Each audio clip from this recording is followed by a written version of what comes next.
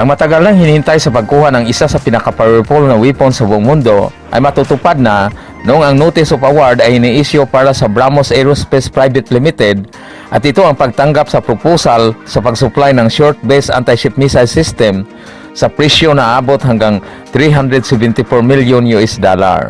Pero bago tayo magpatuloy, huwag niyong kalimutan pindutin ang subscribe button para lagi kayong updated.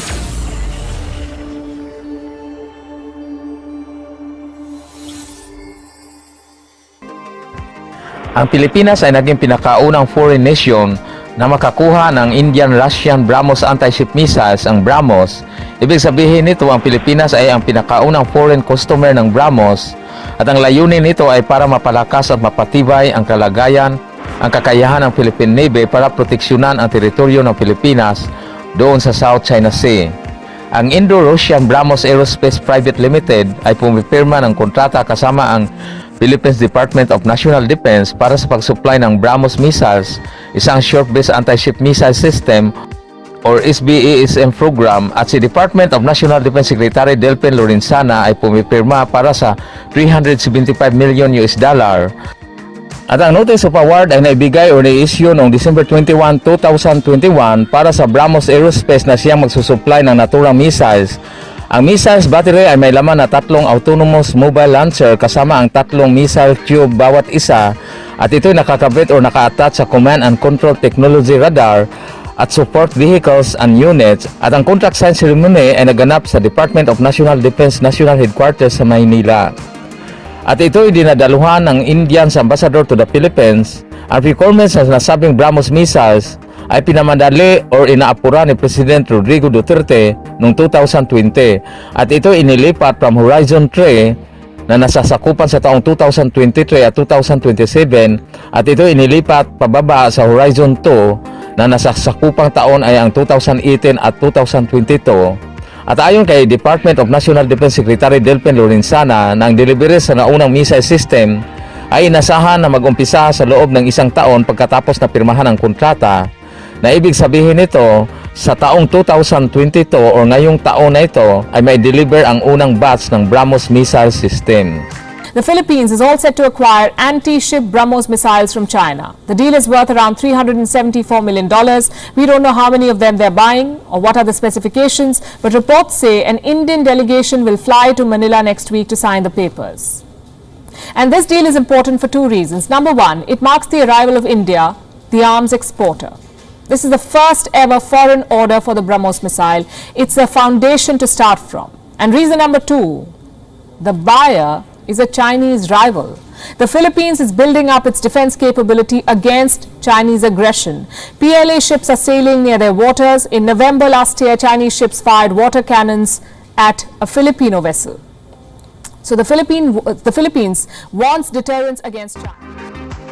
Ang BrahMos guided by an active radar homing system or by satellite at mayroon siyang tinatawag na inertial navigation system para sa mid-course guidance. At ang missiles ay may 200 kilo or 440 pounds warhead at ito'y pinatakbo gamit ang solid fuel first booster, stage 1 or unang yugto, at liquid fuel ramjet naman sa pangalawang yugto or pangalawang stage.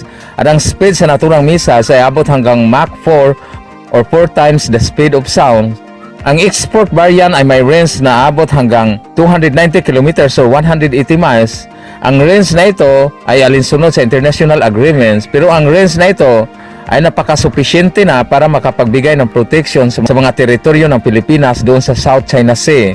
Una, ang India ay pumasok sa kasunduan kasama ang Pilipinas para sa pagbibinta ng BrahMos supersonic cruise missile sa Pilipinas sa halagang 374 million US dollar, at ito'y pinakauna at pinakamalaking first major Indian defense sales sa kanilang sariling produkto. At kahit na ang India ay may malaking domestic defense manufacturing base sa kanilang malaking defense research entity, pero ang Defense Research and Development Organization or DRDO ng India ay hindi matagumpay sa kanilang pagpasok sa global defense markets as a supplier. At sa katunayan, ang India domestic defense industry ay hindi kayang mag-supply sa sarili nilang pwersa. Patuloy pa rin silang umaasa sa mga imported na mga armas sa matagal ng panahon. At sila ang naging pinakamalaking importer ng mga armas sa buong mundo. Kahit ang India ay nakagawa na ng unang katutubo na jet fighter noong 1960, ang India Defense Industry ay malaki pero ang kanilang sinusuplayan ay ang kanilang massive forces lamang at karamihan sa kanilang mga equipment na pinoproduce ay minamanufacture or under license from foreign firms o galing sa ibang bansa na nakabase lang sa India. Ang BrahMos ay dinedevelop kasama ang Russia at ito ay nakabase sa Russian P-800 Onyx Yakhon cruise missiles.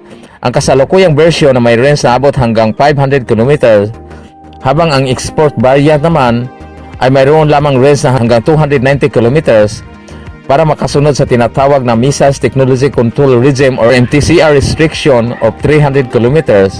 Pagkatapos ng ginawang testing noong 2004, ang missiles ay sinasama sa Indian Services at pagpasok ng 2007, iba-ibang version ng missiles ay nagsiservisyo sa Indian Army, Air Force at Navy. At ang Pilipinas ay ang pinakaunang foreign customer ng India. Ang Pilipinas pala ang unang susubok sa BrahMos missiles. Ang isusupply sa Pilipinas ay ang naval version, ang Coastal Defense Regime ng Philippine Marine ang unang gagamit nito ng Modern Strategic Defense Capability ng Armed Forces of the Philippines. At ang maraming bansa sa South Asia ay nagkaroon din ng interes na makakuha ng ganitong klaseng weapons ang BrahMos missile system, gaya halimbawa ng Vietnam, Indonesia, Thailand, at karamihan sa mga bansang ito ay nahaharap sa mga pagbabanta ng China. Ito kay kaugnay sa disputed territory sa South China Sea. Ang BrahMos ay ang pinakamatulin na supersonic cruise missile sa buong mundo at pwede itong ilalans mula sa submarine, sa barko, sa aircraft at saka sa land platform. At lilipad ito sa speed na may Mach 4 o 4 times the speed of sounds, kaya naging napaka-imposible sa target na makaiwas dahil sa sobrang bilis nito.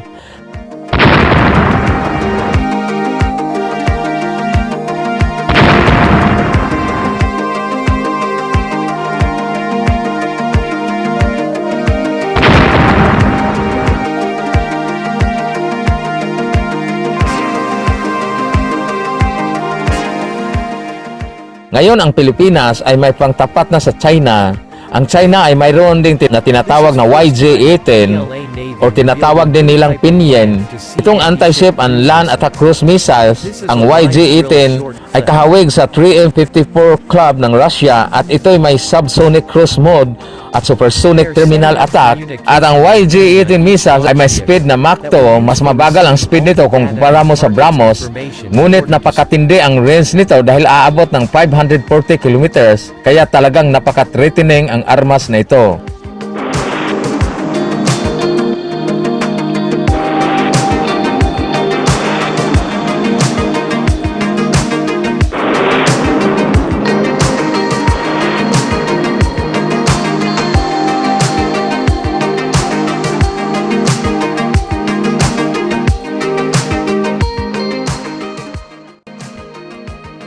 Ayon kay dating US President John F. Kennedy, and I quote, "It's an unfortunate fact that we can secure peace only by preparing for war."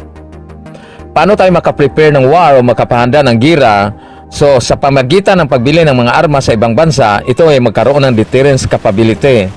At wala mang sinong bansa na maghahamon sa isang bansa kung alam niya na may armas ito na mas matindi pa sa kanyang armas na hinahawakan. Bago tayo magpaalam, i-shoutout ko muna ating mga kaibigan gaya ni Christopher Howard at ni Shai Tinampay, isang kababayan ko sa Bohol. Hanggang sa susunod, maraming salamat.